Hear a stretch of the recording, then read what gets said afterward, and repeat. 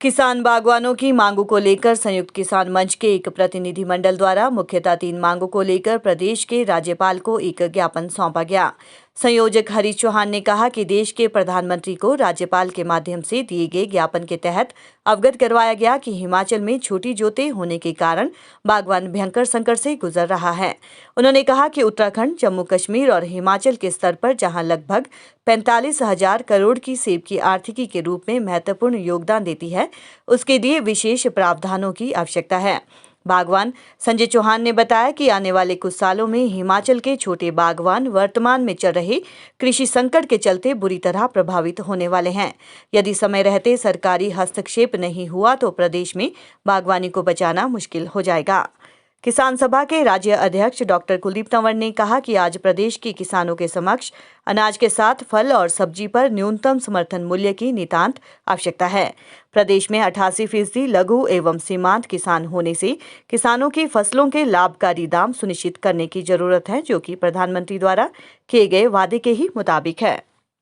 आप लोगों के माध्यम से भारत सरकार को ये आग्रह है कि भी हमारा जो ये कानून है ये हम लोगों को आने वाले वक्त में तहस नहस कर देगा, क्योंकि हम पिछले 10 सालों से देख रहे हैं जो अदानी यहाँ पर एग्जिस्टिंग है। अदानी के जब रेट खुलते हैं, इस बार भी आप लोगों ने देखा होगा, आप लोगों ने तो बहुत सारा कवर किया है कि भी इस बार जब अदानी ने 29 सितंबर को अपना रेट खोला तो एकदम जो मार्केट हमारी सेब की लगभग 4,000, 3,500, 3,200 या 2,800 सेब बिक रहा था, वो सीधा 1,500 रुपये क्रैश होकर लगभग 1,500, 1,800, 2,200 में पहुंचा। उसका सीधा नुकसान हुआ। तो वो क्या कारण थे? हम लोगों को इसलिए शंका है। देखिए, हम हिमाचल प्रदेश का किसान शांति प्रिय किसान है, लेकिन पहले तो हम सरकार के माध्यम से अपनी बातचीत चलाएंगे, जो जिसका एक पार्ट आपने आज भी देखा। हमने महामहिम गवर्नर साहब के माध्यम से जो है आदरणीय प्रधानमंत्री मोदी जी के लिए एक मेमोरेंडम भेजा है। अगर उसमें कोई जल्दी से कोई व्यवस्था नहीं होती, जो हमारा संयुक्त किसान मंच है वो अब जो बैठ के तय करेगा तो उस हिसाब से हम आगे चलेंगे।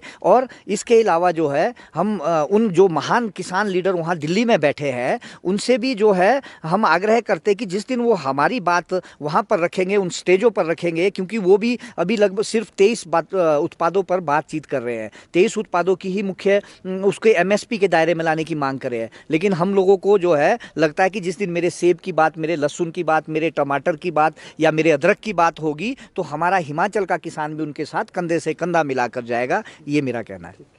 तो महामहिम के माध्यम से राज्य सरकार से ये एक आग्रह किया गया है कि हिमाचल प्रदेश में जो भी सब्जियां, फल, अनाज, जो चीज़ें पैदा होती है, जिस पर आधारित उद्योग लग सकते हैं, वो उद्योग लगें और उनको भी CS स्टोरेज की फैसिलिटीज़ हो, क्योंकि ये जो पेरिशेबल चीज़ें हैं इसमें मार्केट में बहुत ही फ्लक्चुएशंस होती हैं। इन सभी मुद्दों को लेकर के महामहिम से ये गुजारिश की गई है कि अन्य राज्यों की तरह कई राज्यों में जिस तरह इन 3 कानूनों को उस राज्य में इम्प्लीमेंट नहीं किया जाएगा, हमने भी ये मांग की है कि इन 3 कानूनों को, जो अभी कृषि के 3 कानून आए हैं, इन्हें रिपील किया जाए और जो MSP है उसको एक कानूनी दायरे में लाया जाए और हिमाचल प्रदेश में फल, फूल, सब्जी, अनाज, ऊन, दूध जो भी पैदा होता है उसके लिए न्यूनतम समर्थन मूल्य सरकार घोषित करे और उसी मूल्य पे वो सरकार उसे खरीदे भी। और मैं कि संयुक्त किसान मोर्चा जो अभी यहाँ हिमाचल प्रदेश में भी बना है, आने वाले समय में 7 अप्रैल को एक हिमाचल प्रदेश में भी महापंचायत का आयोजन जो सिरमौर में किया जा रहा है, वहाँ पर भी इन मुद्दों को उठाया जाएगा और हिमाचल प्रदेश में भी जो छोटा किसान है, अलग अलग तरह की जो चीज़ें पैदा करता है, उसके माध्यम से हिमाचल के किसानों को भी राहत मिले। इन्हीं विषयों पे आज बातचीत